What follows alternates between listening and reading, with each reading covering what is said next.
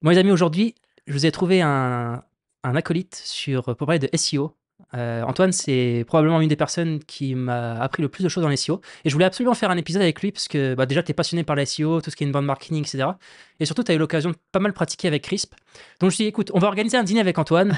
Ouais, 3 caméras, 2 micros. Et on va parler un peu de SEO, d'inbound marketing et puis de tous ces sujets en rapport. Et on Trop verra bien. bien où ça nous mène. Ouais, trop cool. Non, et puis on a quand même collaboré pas mal de temps ensemble sur Crisp aussi, avant que tu te lances avec Companies API. Hmm. Donc on a des petites histoires à raconter aussi. Je sais pas si on aura le droit de parler de ce qu'on a fait en Estonie Non, et de tout ça. vaut mieux pas pour toi.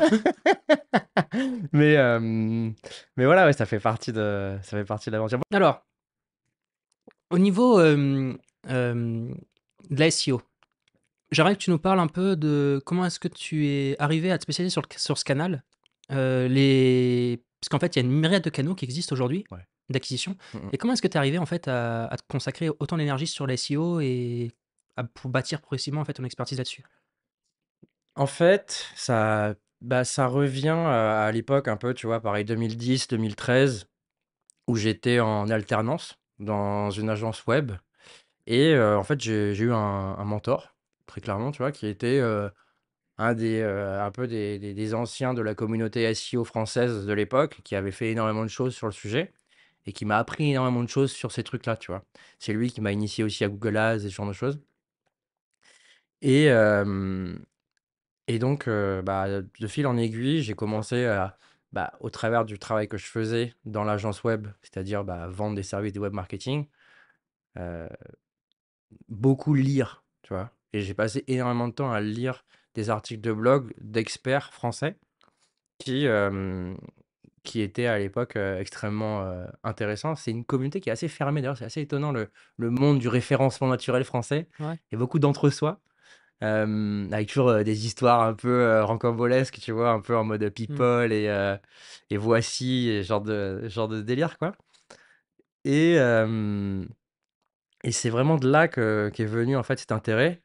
Et je pense que qui m'a différencié du, entre guillemets, «référenceur», classique, c'est que je me suis également aussi, plongé dans les contenus de Conversion XL. Conversion XL, Ouais, c'est Puis Plagia, ouais. Pep Laja, ouais. Et en fait, à l'époque, c'était vraiment un truc que personne n'avait compris en France, tu vois? Alors que pourtant, c'était essentiel dans, Hmm. l'optimisation des conversions. Et du coup, il y avait beaucoup de gens qui faisaient du référencement naturel, mais sans prendre en compte l'aspect expérience on-site, ce qui est profondément une erreur, tu vois? Ouais, on pourra en reparler après parce que j'ai des exemples sur ça, ouais. Tant pour le taux de conversion que, pour le Hmm. référencement naturel aujourd'hui, puisqu'en fait l'expérience de site a été reconnue comme étant un facteur de ranking, par Google, tu vois? Donc ça nourrit un peu, tu vois, mon chemin. Et j'ai continué à pratiquer et à m'intéresser à ce sujet-là. Et comment en fait, tu tombé sur, le blog de Conversion XL? Parce que Pep Labja, j'avais déjà entendu des interviews de lui sur, Grosse Hacker TV et Ouais, cetera, et c'est là que j'avais été creuser un petit peu ouais, son blog, ouais, parce qu'il parle effectivement, comme son nom l'indique, de conversion et cetera. ouais, ouais. Hem, Ça j'ai s'appelle pas CXL maintenant d'ailleurs, hein. C'est c'est plus Conversion, c'est CXL je crois. CXL? OK. CXL, ouais, je crois. Et comment est-ce que tu es arrivé à, enfin, c'est quoi que tu as aimé en fait dans ce blog qui t'ont fait stick sur ce blog-là et dig en profondeur? Si tu t'en souviens à l'époque? Ouais, ouais. Les articles hyper, spécifiques. Je goûte, c'est délicieux, hein. Ouais.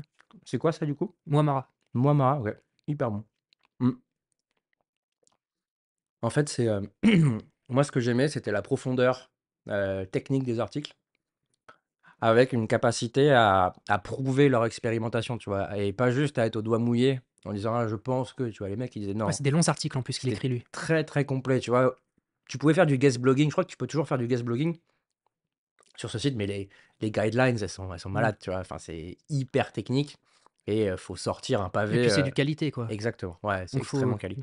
Donc ouais, moi, c'est ça que j'ai beaucoup aimé, hem, cet aspect conversion, cet aspect, cas d'étude, tu vois? C'était toujours, des choses très concrètes que tu pouvais faire. À l'époque, il y avait Unbounce qui était pas mal aussi sur le sujet. ouais. Unbounce, c'était un peu le leader des années 2010 des créateurs de landing page no code, tu On vois? n'entend plus parler d'eux d'ailleurs. Non, ils ont Ils disparu, avaient tu vois? beaucoup grossi avec de l'inbound marketing Ouais, et ils permettaient de créer des landing pages super ouais, vite. ouais, ouais. C'était cool, moi je l'ai Mmh. utilisé à l'époque, tout ça, c'était sympa, tu vois? Mais mais ouais, ça a disparu parce qu'eux, pareil, ils ont bien évangélisé sur, tu vois? Je me rappelle encore, on avait gagné un appel d'offres, pour le Crédit Mutuel qui, voulait faire des landing pages pour une opération commerciale et en fait, j'avais juste, pris un article de Unbounce qui Ouais. détaillait comment construire une landing page et je l'avais mis dans les slides que j'avais, vendus à l'agence enfin au Crédit Mutuel, tu vois? Et on avait gagné l'appel d'offres comme ça, quoi, tu vois? Et moi, du coup, ça m'avait permis énormément aussi de progresser parce que forcément, quand tu lis ces articles-là, bah, tu les intègres et du coup, ils te disaient, bah, un sub-headline, 2 enfin, un headline, 2 sub-headline, toute la structuration d'une page dédiée à la conversion et en fait, ça vient nourrir aussi ta réflexion stratégique pour le SEO aussi. Et ça, c'est vachement important, la structuration dans une page, SEO. C'est essentiel et du coup, Non, mais ce que je veux dire, c'est que ouais. Google, il te pénalise si tu ne respectes pas ces quelques critères de base, que Ouais, après, enfin, il y en a énormément des critères, tu vois? mmh, Donc bon, tu as des exemples et des contre-exemples, en fait. mmh. Mais en effet, tu as toujours des éléments qui sont hyper importants sur le site, dans la structuration, mais au final, c'est juste du bon sens, quoi, tu vois? Faut parce qu'il y a beaucoup de gens qui, notamment des créateurs de sites, qui se sont mis à faire des sites mal structurés, en mode un peu YOLO, tu vois? Sans, penser aux bases. C'est-à-dire, Qu'est-ce bah que les gens tapent dans Google? alors, déjà, oui, en effet, mais après ça, sur le site, tu vois, comment est-ce que ton robot va percevoir enfin, comment est-ce que le robot des moteurs de recherche va percevoir le contenu que tu rédiges? Comment est-ce que tu lui donnes des informations qui disent que ce contenu est plus important qu'un autre? Comment est-ce que tu lui dis: «Bah, en fait, on a du contenu, nouveau fréquemment sur, cette page-là»? Comment est-ce que tu lui dis que, tu as des avis clients qui, montrent que, tu vois, tu es une belle entreprise et cetera. Toutes ces choses qui sont hyper importantes. Mais après, c'est complexe, tu vois? Je voyais, un article d'un de nos clients sur Crisp qui s'appelle We Love Dev. Et c'est hyper stylé ce qu'ils font, tout le contenu autour des Ouais. développeurs et tout ça et puis il était là un peu, et je trouvais qu'il avait pas tort forcément, tu vois? En disant: «Mais aujourd'hui, on demande aux développeurs de, savoir, tout faire, plus de devoir faire, le café aussi», enfin entre guillemets, tu Mmh. vois? Mais on demande tellement de compétences aujourd'hui à une équipe technique que, ça en devient compliqué aussi. Donc on peut pas jeter la pierre sur les personnes qui font les sites. Tu vois, c'est des compétences communes à mon sens qui doivent être partagées en entreprise aujourd'hui. Mais ouais, c'était vraiment ça l'enjeu, tu vois, d'apprendre, en fait. J'ai Ouais. appris énormément de choses en lisant des contenus. Notamment en conversion Excel. Tu Ouais, pas regardé aussi tout ce qu'ils faisaient Moz? À un moment, si, bien sûr, ils Moz étaient ils aussi, tout étaient à fait, les très, Whiteboard Friday ouais, ça tu regardais avec, Ran aussi? Fishkin, ouais, je regardais ça à fond. Tu avais aussi après des blogs français très, très bons, Axnet. Axnet, c'était une agence web, très orientée SEO et qui rédigeait et je crois que le blog existe toujours, des articles hyper pointus, tu vois, sur de l'analyse sémantique. Tu as Laurent Bourrelli aussi, qui est toujours, assez actif. C'est quoi l'analyse sémantique exactement? Quand tu le définirais, Bah, en c'est fait l'idée de comprendre ce que les gens tapent dans Google pour, non, la sémantique, ça va plutôt arriver sur ton site, tu vois? En fait, la sémantique d'un site, elle va être, entre guillemets «rythmée» par, le contenu que tu vas rédiger sur ce même site. Et en fait, on parlait de balises tout à l'heure, de structuration de contenu. Bah, en fait, ces différentes, balises vont avoir un impact sur la densité, des différents mots-clés que tu as, sur cette même page. Et donc, plus une page a une densité importante que ouais. personne ne connaît. Personne ne sait quelle est la bonne densité, d'un mot-clé sur une page pour faire en sorte que, Google, tu vois, kiffe ton contenu. Même si encore une fois, ça reste qu'un seul critère parmi, 200 ou même plus à mon avis. Hem, c'est un élément important parce qu'en fait, C'est si tu veux ranker sur une expression type, tu vois, faire un mezze mmh. et que ta page parle en fait de shawarma, Bah, tu rentres, ouais. bah, en fait, tu rankeras jamais, tu vois? Et tu m'avais donné un super conseil à l'époque, c'était, tu m'avais dit, toi, en fait, ton mot-clé, c'est enrichment. Et donc j'avais commencé à mettre enrichment à fond partout. À tel point que même une fois, j'avais montré ma landing page à un pote, il m'a dit: «Il y a trop de fois marqué enrichment API». Mais en fait, figure-toi que qu'est-ce qui s'est passé 4 mois plus tard? Ouais, Et bah, quand tu tapais enrichment API, ouais, j'étais dans les 4 premiers résultats. ouais. Après l'enjeu Juste parce qu'il était présent plusieurs fois sur la home page. ouais, Alors ouais, c'est ça. Après, est-ce qu'il y a du trafic sur cette requête et tout ça aussi, tu vois? ça, oui. Mais d'ailleurs, comment tu fais pour savoir ça? Bah, tu as différents moyens de le savoir. Déjà, le premier, c'est d'utiliser des outils. qui scrape Google et qui donne des tendances de recherche par rapport à certains mots-clés dans certains pays. Ouais. Là, c'est hyper important, tu vois, si tu as une stratégie globale, d'avoir aussi une capacité à suivre ton ranking sur les différentes langues, par exemple, que tu adresses.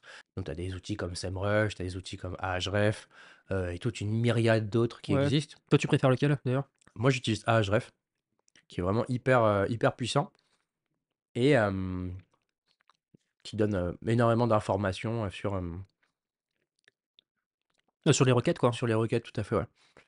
Et qui te permet de suivre aussi tout ça. Donc, tu peux faire des listes de mots-clés par langue.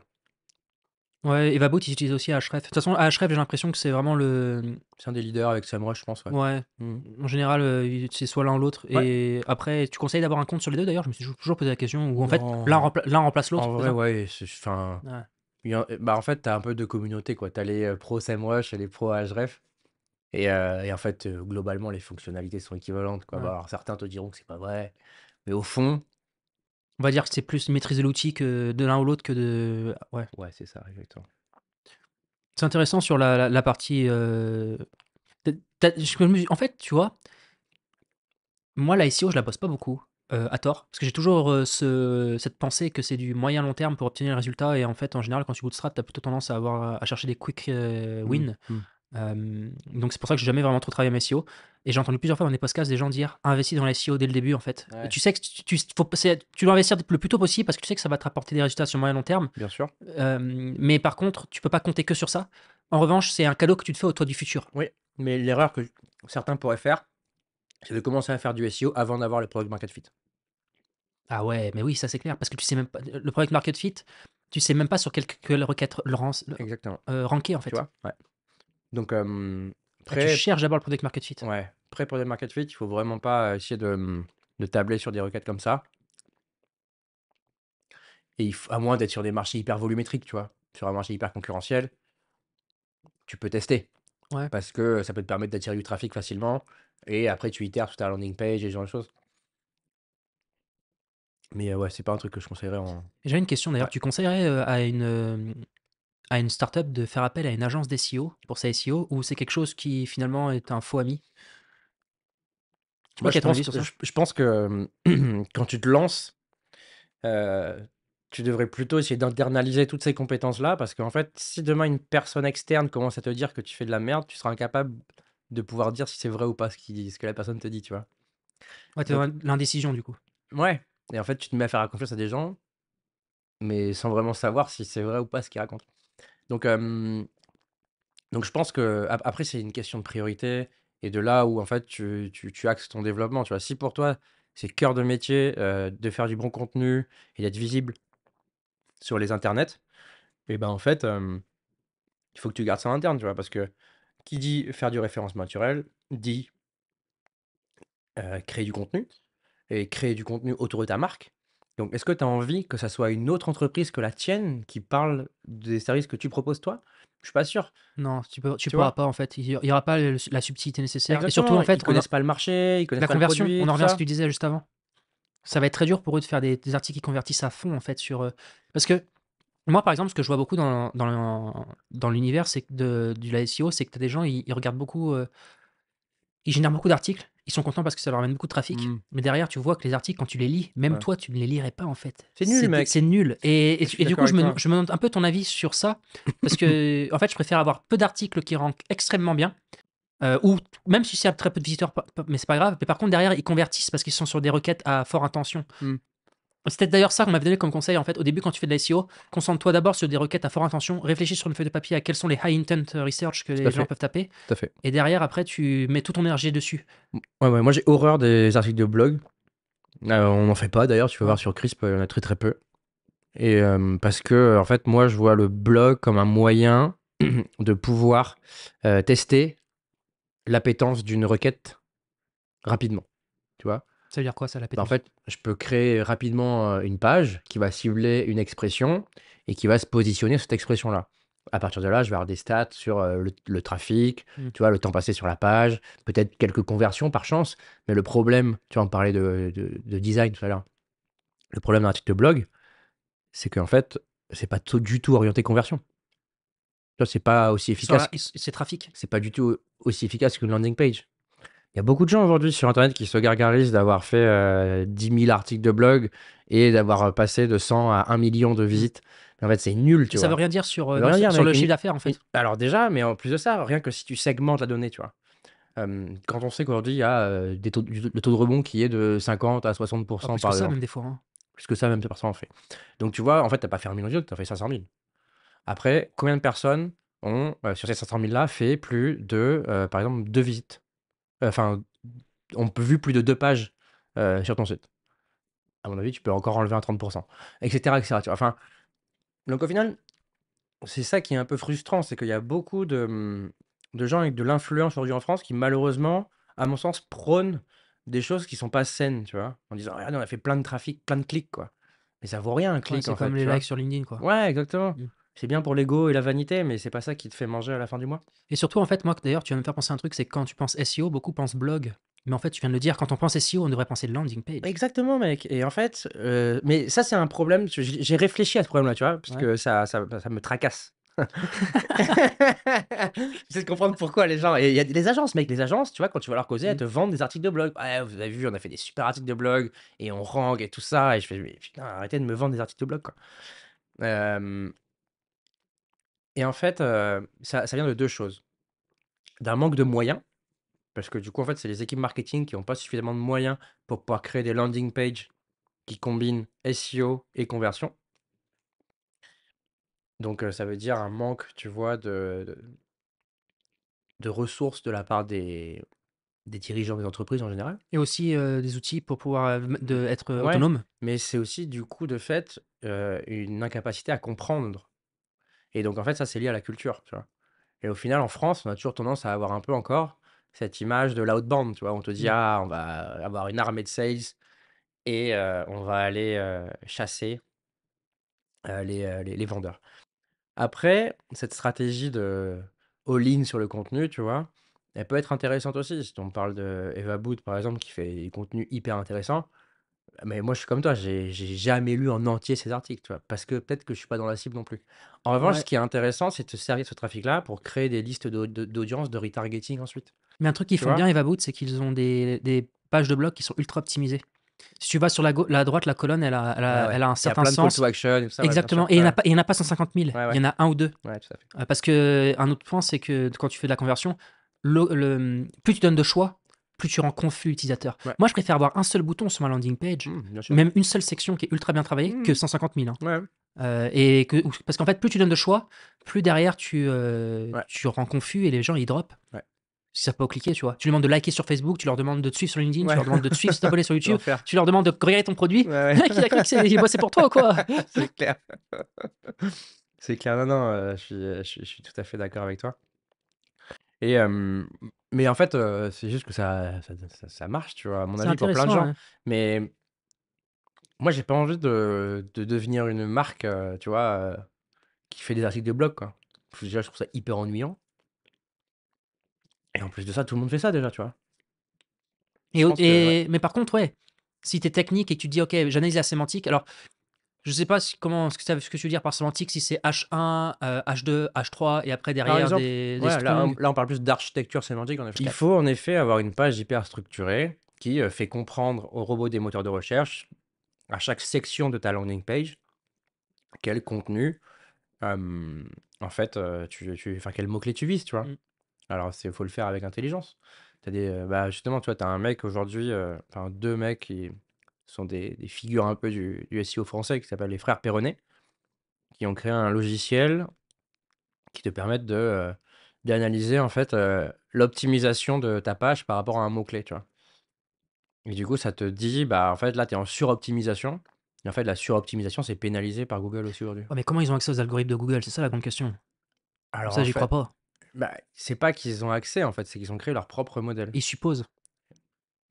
Alors je sais pas exactement comment, ils pourraient, ils le font, parce que j'ai pas creusé le modèle.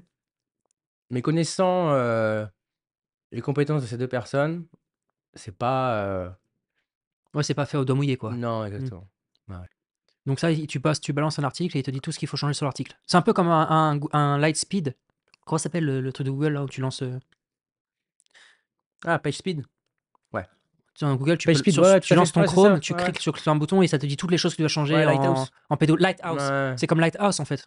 Non, ça va être différent. Là, c'est vraiment axé, sémantique, tu vois? Donc, parce que Lighthouse, c'est plus orienté technique quand même, tu vois? Temps de chargement, tout ce qui est, Responsive, Web etc. Core Vitals, en fait, ils appellent Mm. ça, tu vois?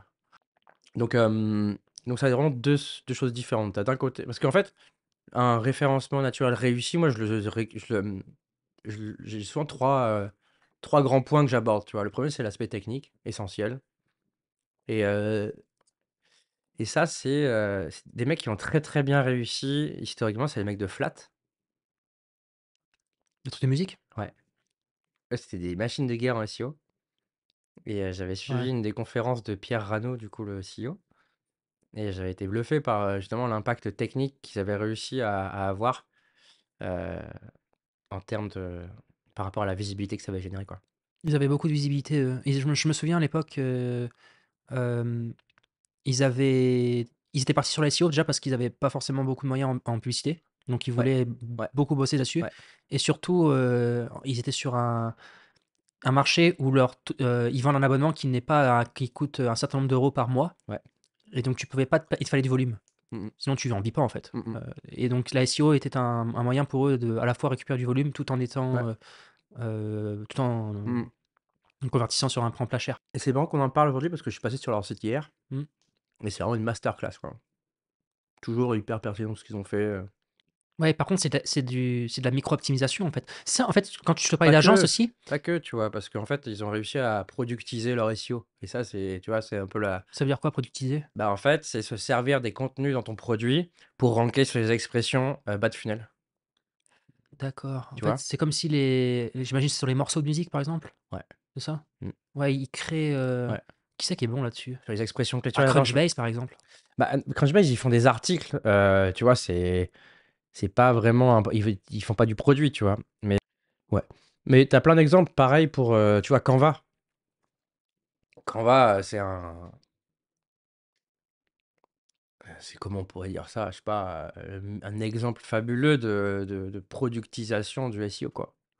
Parce qu'en fait, ce qu'ils font, c'est qu'ils ont créé des templates, d'images prédisponibles et qu'ils ont juste créé des catégories indexées sur Ouais. Google par rapport à ça. Comment faire un template, pour YouTube, Ouais, mmh, thumbnail, YouTube, tu tombes boum, direct dessus et ça, tu ça tombes ramène du sur, trafic de malade, ça. et ils ont fait pareil, tu vois? Invitation mariage, enfin, tu vois? Mmh. Et ils ont cartonné comme ça et Bah, ils ouais, c'est continuent à super. cartonner comme ça parce qu'ils le font en multilingue en plus, enfin, c'est des brutes les mecs, tu vois? C'est exactement comme Veed.io, Mmh Veed. mh. Ouais, Ça ils permettent de faire, tu tapes, je sais plus, MP3 to, ouais, Wave ouais, et en fait, tu tombes directement sur eux. Mais tu vois, on n'est pas sur les articles, on est sur des landing pages. ouais, On est sur des landing exactement. pages avec du widget Ouais, où tu balances ton MP3 et tout à derrière, en fait. fait, ils te disent, bah, va crée un Ouais, compte. bien sûr Des mec. fois, ils filent le résultat, c'est Ouais, super ouais. sympa. Et en fait, tu vois, tu peux faire pareil sur notre marché. Nous, demain, l'objectif, c'est de pouvoir créer, des pages où, on met à disposition des templates de chatbot, Et c'est des sous-features. tu vois? Ah oui, oui. Tu vois? C'est des sous-features du produit, en Ouais, fait. et en fait, ça, c'est des requêtes qui sont, très intéressantes parce que, très avancées, forte intention, peu de concurrence et du coup, ROI intéressant, tu vois? C'est intéressant. J'aime bien, tu vois, tu me fais penser à vraiment quand on pense SEO, il faut penser landing page et sous-feature du produit, au début. Parce que c'est des requêtes qui vont être à fort intention. Par exemple, moi, hem, une requête qui marche bien, c'est, comment, enrichir une entreprise à partir de son nom de domaine, en anglais. Ouais, Ah ça marche super, ça met un trafic super câblé, super précis. C'est juste une page ouais, et c'est une sous-feature ouais. du produit. Mmh. Donc faut réfléchir sur une feuille de papier à toutes ces fonctionnalités du produit, toutes ces sous-features et derrière après, tu travailles sur ce landing page et vaut mieux Exactement. faire ça Ouais. que de se dire: «Comment j'écris 200 ou 300 articles de blog», Ouais, tu c'est vois? nul. Je suis d'accord avec toi parce qu'en fait, c'est bien plus intéressant d'adresser une personne qui est en fin de cycle de vie, en fin de cycle d'achat, pardon. Mmh. Donc c'est une personne qui a déjà fait, tu vois, sa due diligence sur, quels sont les acteurs du marché, mais qui s'est rendu compte aussi qu'il avait un problème et qu'il voulait solutionner. Parce que du coup, ça te coûtera moins cher à éduquer. Parce que si, tu vois, tu te positionnes sur une quête: «What is, data enrichment?» Bah, en fait, ça veut dire que tu vas attirer plein de trafic. Tu vas faire du clic là, hein. Mais ça a peu de valeur, en fait, parce que du coup, c'est des personnes qui vont arriver là-dessus Ouais, ils vont direct, et ils vont te churn, tu bounce, vois? ils vont Enfin, bounce. ils vont bounce, en fait. C'est Mmh. comme si tu étais sur, Le Monde ou, tu vois, Le Figaro, quoi. Donc ça a pas de valeur. Alors que si tu te positionnes sur, heu, enrichment API, une personne qui tape ça, qu'a priori, elle sait ce dont elle a besoin, tu vois? Et donc tu as une capacité à transformer de façon beaucoup plus intéressante et et même et après comment en tu les plus ouais. en termes de retargeting, tu vois? Enfin, toutes ces logiques-là, elles te donnent aussi plus de satisfaction sur des actions, Et c'est quoi le retargeting en cross SEO? canal. Ah non, là, c'est plus des logiques, Tu mets des publicitaires, ouais. pixels de conversion Ouais, sur, c'est ça exactement, exactement. et tu les retargetes où exactement? Parce qu'en fait, à part LinkedIn, Facebook, je pense ouais, enfin, ça dépend, en fait. Facebook, bien sûr, ouais, Insta, ouais, mais par contre, tu récupères souvent un trafic qui va venir du mobile.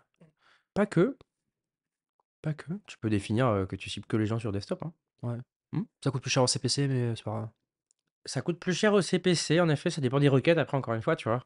Mais, nous Mmh. typiquement sur Crisp, moi je mets 0 enchère sur mobile, tu vois? Mais tu vois, d'ailleurs, c'est marrant parce que un des premiers conseils qu'on m'avait dit, c'est, quand tu as peu de budget en publicité, Mmh. tu mets tout en retargeting. Ouais. Bah oui, parce que le trafic que tu attires, il est faible, Ouais, mais il est qualifié a priori parce que c'est des exactement. early C'est en adopters. fait, Ouais, c'est ouais, là où tu pourras avoir des taux de conversion qui vont te permettre d'avoir un retour sur investissement. je suis d'accord Parce avec toi. qu'aujourd'hui, par exemple, tu vois, il y a des systèmes publicitaires comme, Captera, Taboola? Ah G2Crowd, non, et cetera. De quoi? j'ai dit, Taboola, tu sais, Non, je connais la vieille pas. régie Crapy, tu as jamais vu? C'est Ouais, je quand connais, mais je ouais, connais pas non, en détail comment ça fonctionne. jamais utilisé non plus, ouais. Mais du coup, ils mettent il y a ça le CPC, il est énorme sur ça. Moi, ça me fait marrer à chaque fois Captera. D'ailleurs, faut jamais leur donner, ton numéro de téléphone parce qu'ils t'appellent tout le temps. C'est horrible et en fait, c'est un CPC, genre, c'est 3 € le clic. Mais derrière, quand tu regardes leur volume de requêtes, Ouais. c'est genre, des fois, ils ont 1000 visiteurs sur la page Mmh. et toi, tu vas être en 15e position parce que tu Mmh. vas juste leur donner 3 € par clic. Il y en a derrière qui donnent 8 J'avais testé, hein, moi sur et tu pas Crisp, ouais. rentable. J'avais testé ça et en fait non, en termes de conversion, c'était que des utilisateurs gratuits qui arrivaient. C'était très cheap. Et Livestorm, par exemple, ils ont testé Ouais, et ils avaient levé de l'argent, donc ils ont mis du cash ouais, et ils disaient, le CEO que en fait, c'était uniquement pour de la awareness. ouais, Ils savaient qu'ils étaient pas ouais, rentables là-dessus. ouais et en fait, bah, d'ailleurs, il y a une super, interview qui est sortie cette semaine de, Thibaut Davot qui est le Head of Growth de Lifetime avec, Jordan, Chenevet-Truchet qui est le CEO de Bulldozer et où ils reviennent justement sur, toutes ces choses qu'ils ont mis en place chez Lifestorm, depuis les débuts jusqu'à, aujourd'hui et je pense qu'elle est j'ai pas encore eu le temps de l'écouter, mais je pense que ça va faire partie des trucs que je vais écouter ce week-end, ouais. Ouais. Hyper et il parle notamment de plein de sujets, qu'on vient d'évoquer, notamment le SEO, tout ça, ouais. Et c'est quoi le conseil que tu aurais donné, au Antoine avant qu'il arrive à Crisp? Ah, tu vois, c'est marrant parce qu'en fait, j'ai fait un podcast, heu, sur Paris, il y a peu de temps là, enfin il y a un peu de temps, si c'était en décembre, en fait et on m'a demandé: «Ouais, si tu avais des trucs à refaire, est-ce que, tu devrais les refaire? Et qu'est-ce que tu Ouais. aimerais refaire?» et puis en fait, sur le coup, j'étais un peu pris de court, tu vois? C'est Je pas me forcément refaire, mais qu'est-ce que tu aurais fait plus tôt, tu vois? ouais, ouais et en fait, tu vois, je lui ai dit sur le coup à Nafal, je lui ai dit: «Bah, en vrai rien, je suis content de là où je suis, quoi», tu vois? J'ai fait des erreurs, mais ça fait Mmh. partie du jeu, en fait, tu vois? C'est une bonne question Bah, en ça. fait, c'est simple, il suffit de regarder le truc qui a eu le plus d'impact dès le début et Ouais. que tu commences en direct. Par exemple, ça sera Ouais, c'est sûrement vrai les qu'on aurait pu aller plus fort sur les SEO dès le début, en fait, tu vois? ouais. On a mis un an et demi vraiment à appuyer dessus parce qu'en fait, moi, je connaissais pas le marché, il fallait qu'on teste plein de trucs aussi, tu vois? Et c'était important de savoir ce qui marchait, ce qui marchait pas et c'est vrai que ça a eu de l'impact et malheureusement, tu vois, il y a des trucs qu'on avait identifiés, enfin que moi j'avais identifié il y a quelques années qu'on n'a pas pu mettre en place encore. Donc bah et au final, on n'est pas à plaindre, hein, on fait des chiffres qui sont fabuleux et ça marche très bien, Et quoi. ça vient beaucoup des pages alternatives, par exemple, ou des pages features? Feature alternative, bien sûr, ouais et Ouais, c'est en fait, puis c'est que sur la landing page, votre blog, il sert pas à grand chose d'un non, point le de vue blog, il est là pour aussi, il est là pour tester des trucs, mmh. publier des product updates. Ouais, ce qui est vrai. Ce qui est son rôle, en fait, finalement. Ouais, mais exactement et me permettre à moi de tester certaines requêtes de temps en temps, tu vois? Où je vais faire un article de blog bien quali, voir si elle a de l'appétence Mmh. et je scale Et dessus, comment quoi. est-ce que tu fais, toi, du coup, pour, créer des landing pages? Parce que tu es vachement dépendant des développeurs, finalement. Ouais. Ouais, ouais. Mmh. En fait, moi, je travaille beaucoup par wireframe et après j'ai une personne, donc Alexandre avec qui je travaille, qui, qui s'occupe lui de toute la partie technique, de l'intégration, là. Ah, donc c'est beaucoup de retours, Ouais, on est un binôme, en fait, tu vois? mmh. On travaille ensemble, beaucoup. En fait, c'est pas mal, d'ailleurs, de travailler comme ça, en vrai, parce que tu as une tête pensante Ouais. et un mec qui exécute tout ce qu'on lui dit Bah, et après je ça dis permet ouais, ouais, de je suis d'accord avec toi, tu vois? Ça en revient à ce que je disais tout à l'heure sur, la capacité, à demander, la lune à une personne technique qui a pas forcément envie Ouais, de et puis quand l'être, tu vois? tu es concentré sur le code déjà, tu vois, Ouais, tu ouais, c'est fatigant aussi, ouais. Donc je pense que c'est un bon modèle c'est pas bête, ouais. et ça te permet d'aller vite. Certains te diront que, il faut surtout pas donner des moyens. Moi, je pense que c'est une erreur profonde de pas donner de moyens techniques à une équipe marketing. J'avais fait un sondage comme ça à une réunion de CMO, à Paris. Ouais. Tu vois, c'est, organisé par France Digital. J'ai posé une question comme ça, j'avais dit: «Qui, a des ressources techniques dans son équipe?» Et personne n'avait levé la main. C'est quoi des ressources techniques? Bah, une Ah, équipe de 1 ou 2 développeurs, qui peut t'aider à aller tacler, tu vois, des sujets bien tech, pour améliorer l'expérience utilisateur, quoi. 0, c'est quand même terrible, tu vois? Moi, demain, si je veux vraiment, scaler, tu vois? Bah, en fait, je pense qu'il me faut plutôt, il te faut quel un techos. ouais, back-end que, je sais pas, un content manager, quoi, tu vois? Parce qu'en fait, j'aurais beaucoup plus d'impact à aller, faire des actions, bas de cycle de vie, donc plutôt, rétention, revenu, que, acquisition. Parce qu'en fait, on a un modèle d'acquisition qui tourne aujourd'hui. Donc l'enjeu maintenant, c'est de se dire comment est-ce qu'on travaille enfin, comment est-ce qu'on pourrait aussi travailler dans l'autre sens? Ce qu'on a déjà fait bien Mmh, évidemment, tu vois? Mais ça fait partie des questions que tu peux te poser aussi, quoi, ouais. ouais. Je pense que, tu vois, sur la SEO, le problème, c'est que tu par exemple, ChatGPT, c'est vrai que j'avoue que j'ai regardé ça d'un œil un peu détaché Ouais, au début, ouais, pour voir un petit peu observateur plutôt, ouais, pour voir ce que les gens ils allaient faire. ouais. Parce qu'effectivement, Google n'arrive pas à détecter des articles de ChatGPT. Mmh. Enfin, en tout cas, j'ai lu des articles comme quoi Google n'arrivait pas à le faire. Fabrice Morin, m'a envoyé des outils, qui me prouvent le contraire. Ah ouais? Mmh, ouais. Non, en fait, c'est très facile pour, Google de savoir. Ah bah ça, il va pénaliser direct. Non, et plus maintenant. Alors nous, on a pris des strikes, sur Chris parce qu'on était dans les premiers à utiliser GPT-3, tu vois? Et à s'en servir pour générer du contenu sur les landing pages, justement. Et on a mis, on Ah, a c'est été que vous avez généré combien de landing page? Beaucoup? wouah, ouais, 25 000 je crois. Ah oui, OK, ouais. De toute façon, tu utilises pas, c'était sur quoi? Sur des pages alternatives, sur des pages features? Ouais, on a pas on s'est planté, tu vois? On a publié trop de contenu trop vite et du coup, bah, en effet, notre budget de crawl, Mmh. ça c'est un élément important aussi, Ouais, a explosé, quoi.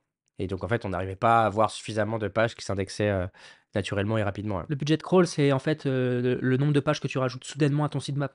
En fait, le budget de crawl, non, c'est le nombre de fois où Google va venir sur ton site pour indexer et analyser la fraîcheur des contenus que tu publies. Et en fait, je sais pas exactement qu'est-ce qui impacte enfin, comment est-ce que tu as un budget crawl plus ou moins grand. J'imagine que c'est fonction du nombre de pages de ton site, mais qu'en fait, si tu fais, tu vois, un plus 15 000 d'un coup, bah forcément, ça va pas trop plaire, quoi. Ouais, tu passes de 3000 pages à 15 000 et il C'est se pas dit très un truc bizarre. naturel. Ouais, exactement. Donc en fait, il y a vraiment une logique de faire paraître les contenus progressivement. Ouais, exactement. Ouais, ouais. Et bah, parce qu'en fait, quand tu réfléchis à ça, un humain, il publierait jamais 15 000 articles d'un coup, quoi, tu vois? Non. Ah bon, ouais, c'est pas possible. Donc il y a ça qui avait joué, ouais. C'est marrant que tu dises ça parce que moi, j'ai été pénalisé 2 fois sur Google. Alors la première fois, c'est que j'avais fait une page dans mon sitemap, j'avais des centaines de milliers de pages Mmh. parce que là, mon site venait de se lancer, hein, Ouais, parce que j'avais fait des pages pour chaque entreprise et je devais avoir peut-être 800 000 entreprises. ouais, Ça m'a pénalisé, je le sais. OK. Je peux pas l'expliquer pourquoi, mais je sais que quand je tapais même mon nom de marque, Il sortait plus? ça Ah apparaissait ouais, longtemps, terrible. très loin. OK. Et il y a un autre truc qui m'a pissé de ouf, c'est Lighthouse. Quand je lançais, je comprenais pas pourquoi, quand on tapait mon nom de marque et je devenais parano, hein, ça n'apparaissait plus. Tapais The Company, The PI, ça apparaissait plus dans les résultats. Ouais, terrible. Et je me disais: «Mais c'est ouf, mais Ouais, pourquoi?» Et ouais. là, bonne chance pour trouver la réponse parce que tu as aucun indicateur. Non. Et donc ce qui s'est passé, j'ai fini par le comprendre et j'ai mis 3 mois. C'est en fait, je chargeais tout le fichier de Tailwind Hein. et du coup, c'était un fichier énorme en CSS. Ouais, Ce qui fait que mon score Lighthouse était dégueulasse. ça prenait trop de temps à changer. Ouais, Mmh. et Google Ouais, il aime pas ça. m'a dégagé, Ah bah mec. ouais. Ces enculés quand même, hein. Ouais. M'a dégagé, mais loin, mon gars. Je voyais plus. Et donc en fait, je sais, quand j'ai commencé à lancer Lighthouse et à me rendre compte de ça, Ouais. et c'est Mathieu en plus qui m'a dit, et en fait, j'ai fixé le problème et dans les semaines qui ont suivi, j'étais Ça à va nouveau très vite par contre, hein, tu vois? en Dès première que position. ouais. Mmh mh. Ce qui est à la fois rassurant et inquiétant parce que ça veut dire qu'il faut absolument tout le temps avoir son lighthouse à chaque déploiement pour savoir à peu près combien tu fais. Mmh. Parce que ça pardonne pas, hein. Non. Tu as un développeur qui fait une couille et qui met un Tailwind décompressé, bon. Et nous, on a eu un problème comme ça, ouais. On a fait une grosse connerie de canonical, de balises canonical. Ce sont des balises qui font comprendre à Google, dans le cas où tu as, plusieurs pages qui ont le même contenu. Dans plusieurs langues. Non, vraiment le même contenu. Ça peut arriver parfois, en effet, sur un site où, bah, tu te retrouves, sur un site multilingue, mais avec certaines parties du site qui ne sont pas traduites ou qui sont traduites, mais que dans une seule langue et pas dans toutes les langues, tu vois? D'accord. Et donc nous, on avait, ça ces choses-là parce qu'on avait une partie de notre site qui était pas traduite parce que pas d'intérêt Mmh. à le faire. Et en fait, on a eu un souci, de canonical, ce qui a provoqué, en fait, des canonical depuis la page live chat qui normalement devrait, s'auto-pointer, tu vois? Et ben, en fait, pointer vers la page chatbot et donc ça a tout C'est plus le même contenu en tout foutu plus. en l'air. Non, donc c'est ça qui est terrible, tu vois? Mmh. C'est-à-dire, parce que tu imagines du coup en termes de réflexion algorithmique, quoi, et quand tu comprends comment Google fonctionne, enfin ça allait pas, Mmh. quoi. Et en fait, on s'en est pas rendu compte, tu vois? On s'en est pas rendu compte, hem, parce que ça a été assez pernicieux, tu vois? La baisse des positions s'est fait petit à petit. Ça a pas été un gros drop comme toi tu disais, tu vois? Donc on a fini par s'en rendre compte et on a corrigé et puis en fait, ça nous a pé on a mis 3 mois à s'en rendre compte, tu vois? Et en fait, ça nous a pénalisé pendant 6 mois encore, quoi. Et le canonical, en fait, c'est des balises tags, des Ouais, méta tags, en ouais, fait, que c'est des tu mets, balises, dans ton header, ouais, exactement. et ça, par exemple, donc tu as ta page live chat, tu peux avoir un canonical par langue Ouais, et ça vous aviez fait une couille là-dessus. ouais. C'est pour ça que Baptiste, il est ultra attentif maintenant sur, cette balise-là. Là, je Mmh mh. comprends. Parce qu'il m'en a parlé il y a pas longtemps. Ouais. C'est Bah, parce qu'il on a tous été un peu marqués, tu vois? ouais. Bah, c'est comme moi, tu vois, la lighthouse, il est lancé à chaque déploiement, ouais. Ouais, du coup, moi, j'ai mis en place plein de routines aussi pour faire en sorte que ça n'arrive plus Comme jamais quoi, ce genre c'est de bien problème, parce quoi. que c'est dans la douleur que ça te forge les bonnes habitudes, hein. Malheureusement, hein, mes qualités n'auront jamais ce que mes défauts m'enseignent, tu vois? Pas mal. Ouais. Mmh mh. Non, mais vraiment, ouais. Bah, c'est technique, quoi. En fait, tu vois, il y a plein de gens qui pensent que le SEO, c'est pas technique, mais c'est la première des choses. Tu as beau créer le meilleur contenu du monde, si ton socle technique est pas propre, en fait, tu feras rien, tu vois? Tu parlais de temps de chargement, bah, c'est essentiel aujourd'hui, tu vois? Si tu as pas un bon temps de chargement, c'est pour ça que nous, notre site chez Crisp, il est en statique, tu vois? Parce que, c'est hyper performant. Ouais. Et ça, c'est critique. D'ailleurs, je Ouais. suis peut-être même pas assez rigoureux là-dessus, tu vois? En vrai, au final, ouais, la SEO, c'est comme tu dis, la SEO est devenue très technique. Alors je pense que tu passes quand même pas mal de temps dans l'analytics. Je sais pas ce que tu Beaucoup fais. moins maintenant. En fait, aujourd'hui, on a viré Google Analytics et on a mis en place, Amplitude Ouais, qui, a aujourd'hui une brique d'analyse de trafic de SEO? Non, globale. ouais, donc les référeurs et cetera? Ouais, et du coup, c'est hyper intéressant parce que tu as, aujourd'hui, du coup, une analyse depuis la personne qui arrive sur ton landing page jusqu'à, la personne qui a mis la carte bleue dans Crisp, et du coup, tu es capable d'avoir vraiment un ROI très spécifique, une analyse du ROI très fine, en fonction des canaux et tout ça, chose que tu avais pas forcément jusqu'à présent, sur, Google Analytics, tu vois? Moi, il y a encore quelques années, j'avais Analytics pour mesurer la performance des canaux d'acquisition et ensuite Amplitude, et donc c'était pas terrible, tu vois, en termes d'analyse Ouais, surtout quand tu du switches revenu. d'outil, c'est compliqué. Ouais. Donc là, on s'est dit avec toutes ces conneries là de Google Analytics 4, on le vire et on passe sur Amplitude. Tu parles de l'HDPR, par exemple, ça?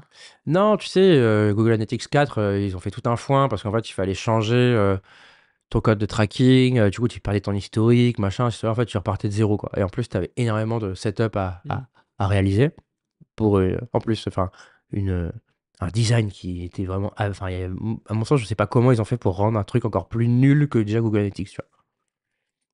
Et du coup, en fait, on s'est dit: «Bah, vas-y, On le tège, on on met que amplitude, ouais. ouais», et j'ai quand même un petit truc, tout gentil là qui s'appelle Plausible à côté Ouais, j'utilise ça aussi. pour s'assurer que, tu vois, ça déroule, ça y a pose pas y a pas de souci, quoi, et j'aime bien Plausible parce que c'est simple et tu peux très facilement accéder à la donnée que tu veux, tu vois? Tu payes d'ailleurs? Ouais, Ouais.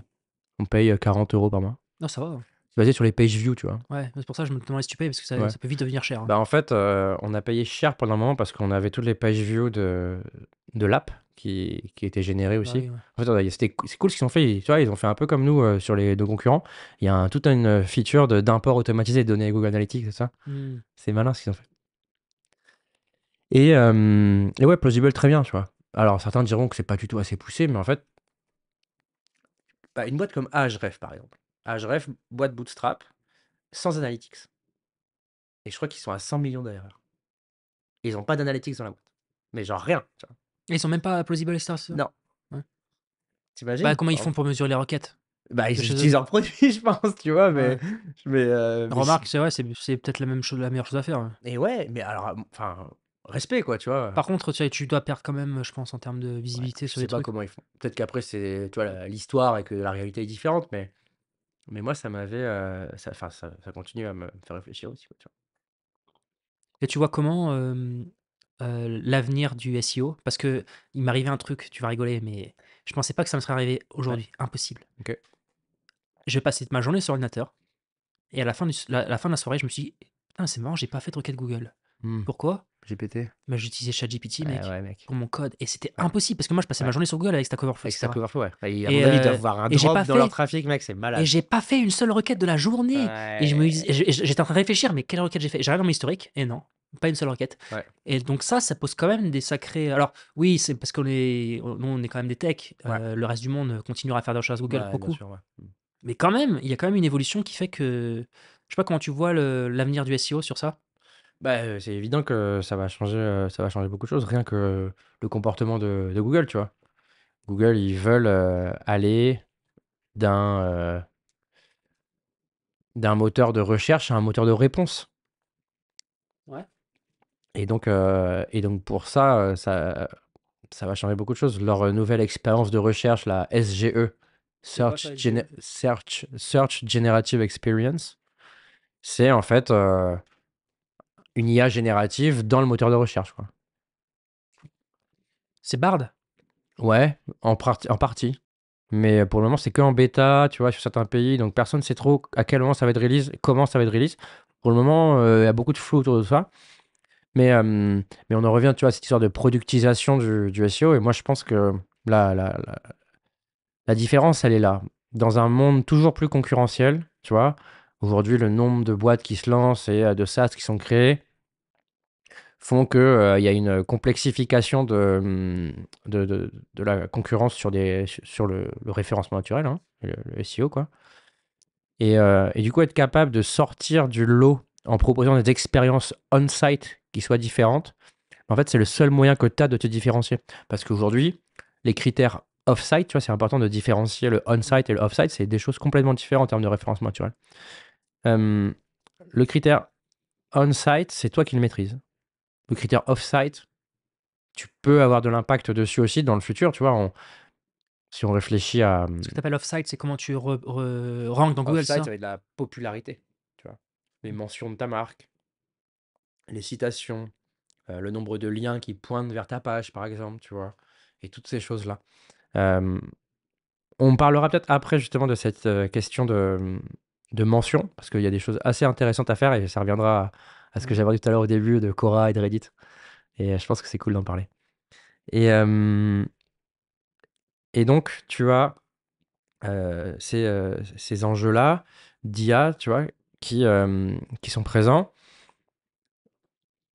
Il faut se mettre en ordre de marche, à mon sens, parce que là, GPT-4, c'est indexé sur du contenu 2021. GPT-5, ce sera 2023 peut-être, 2020. 2023? Ah oui, ouais. Tu vois ce que je veux dire? La fraîcheur du contenu. Mmh.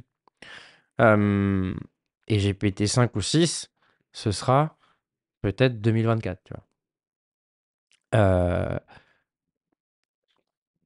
c'est vraiment, à mon sens, hein, important de travailler ça et de mesurer l'évolution de la compréhension de ton produit par les IA au cours du temps. Parce que comme tu le dis justement, le modèle de recherche est en train de changer. J'ai vu, tu vois, une boîte que je suis qui s'appelle Missive. Ils font quoi? C'est une shared inbox. Euh, et en fait, le CEO, il a posté un, un tweet où en fait, il montre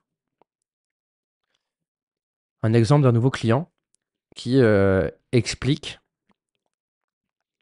qu'en fait, que ce nouveau client a connu Missive grâce à ChatGPT. Parce il a demandé à ChatGPT c'est quoi les X meilleurs logiciels de shared inbox Ça m'est déjà arrivé ça aussi, ouais. aujourd'hui. Et les gens croient, en fait, tu vois, ils ont confiance dans ces outils-là, quoi. Mais c'est normal parce que c'est pertinent, extrêmement Mm. pertinent la plupart du temps. Donc tu vois, Par contre, la barrière à l'entrée, elle va devenir de plus en plus dure, quoi. ouais, c'est chaud, mec, parce qu'en fait, t'as encore moins de contrôle Là, c'est que on est sur vraiment on est que dans le sur les winner takes algorithmes. all, là. Et en plus, tu peux rien faire, quoi. Parce qu'en fait, l'IA, c'est elle qui a le pouvoir, c'est elle qui réfléchit par elle-même.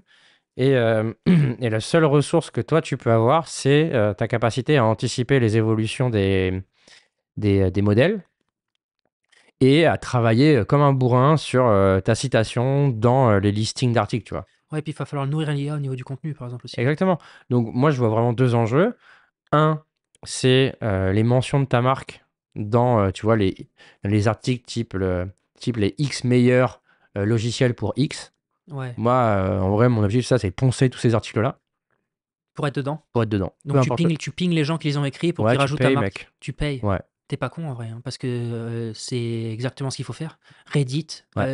Reddit, tu sais qu'ils ont, à un moment, ils ont commencé à demander si ils allaient pas mettre un wall, parce Ouais. tout le monde les scrapait à T'as fort une, pour l'AI. t'as un index, t'as une méta qui est sortie, une balise méta qui existe aujourd'hui et qui permet de dire au robot de OpenAI, tu ne scrapes pas mon contenu. Ouais, mais ça, t'as aucune garantie qu'ils ne le fassent pas, tu vois. Non, mais bon. Et en plus, mais par contre, le fait d'être ranké dans tous les top 10, c'est une super stratégie. En vrai, c'est pas bête du tout, parce que c'est une stratégie de long terme, et surtout, tu sais que ça, mon gars, pour être, Ouais, une fois ouais, que tu es dans l'AI, ouais. c'est quand tu veux, c'est dur de plus y être en fait, parce que tu es dedans. Ouais, Mais exactement. par contre, c'est du winner takes all, ce qui est d'ailleurs un peu inquiétant. C'est pour ça que je pense que il y a l'avantage aussi, c'est qu'aujourd'hui, il y a plein de canaux d'acquisition il y en a beaucoup plus, il y en a une Ouais, centaine. ouais, Et que moi, par exemple, j'ai pris le parti d'être bon sur YouTube. ouais. Par contre, d'ailleurs, c'est un peu ce qu'a fait Vaboot. Et Vaboot, ils ont beaucoup travaillé la SEO, mais ils ont aussi énormément travaillé YouTube, la Hyper génération de contenu. complémentaire. Et je pense que ça, par contre, alors, c'est ma théorie, j'aimerais bien avoir ton avis sur ça. Ouais. Beaucoup de gens parlent de ouais, tu peux faire ta vidéo dans plein de langues différentes, etc.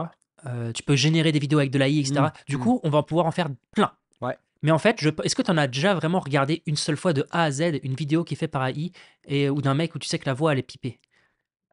Non, par contre, j'ai fait un test quand j'étais au Brésil à Noël, là. Et du coup, j'ai fait une story en brésilien, Ouais, traduite depuis le français avec Raskai. ouais. Et depuis que je suis rentré, j'ai 3 personnes qui m'ont dit: «Putain, Antoine, tu parles brésilien et tout, c'est hyper stylé». Et du coup, ils ont que jusqu'à la Ils ont fin? regardé la story, quoi. Elle a duré 40 secondes, tu vois. Et franchement, c'est d'une qualité assez bluffante quand même, hein. Et c'est les premiers modèles qui sortent là. Donc t'imagines dans 2 3 ans? Bah ouais, parce que tu regardes même la dernière vidéo de Léo Duff, par Ouais. exemple, tu la mets en anglais, Ouais. t'as l'impression qu'il c'est lui qui parle Ouais. anglais, sans accent. Et je pense que ça va être un outil de scale fabuleux, moi, hein.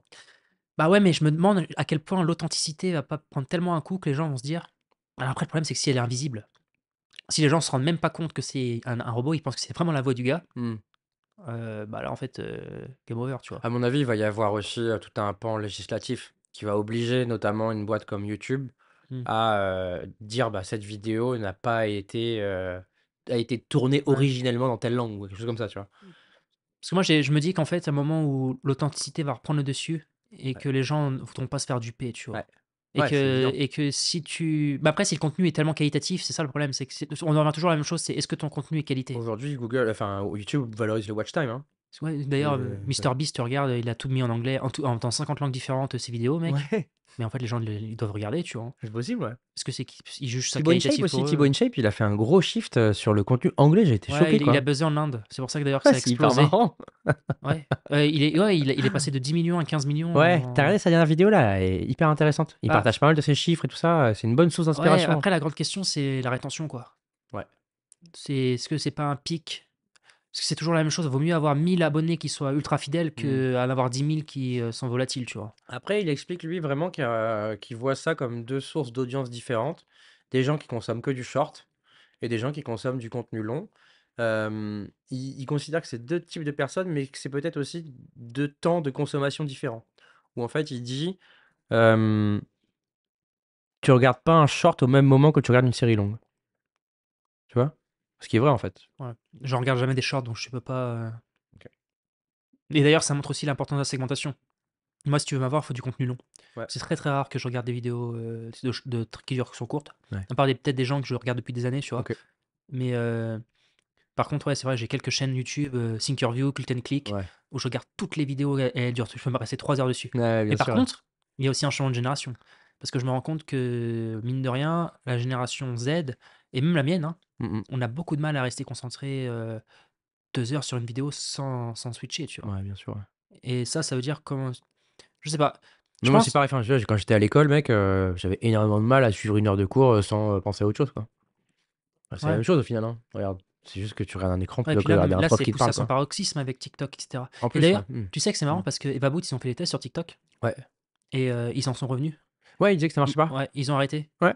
Euh, Ça alors, c'est intéressant pour le nous, tu vois, sur, Derrière la bulle, le média qu'on est en train de monter ouais. là avec, Crisp, donc c'est comme toi, une chaîne YouTube, parce qu'on pense que YouTube, c'est le futur Ah ouais? de la recherche et de la consommation, en fait, tu vois? Aujourd'hui, tout est vidéo, en fait. Tu plus trop envie de regarder des photos.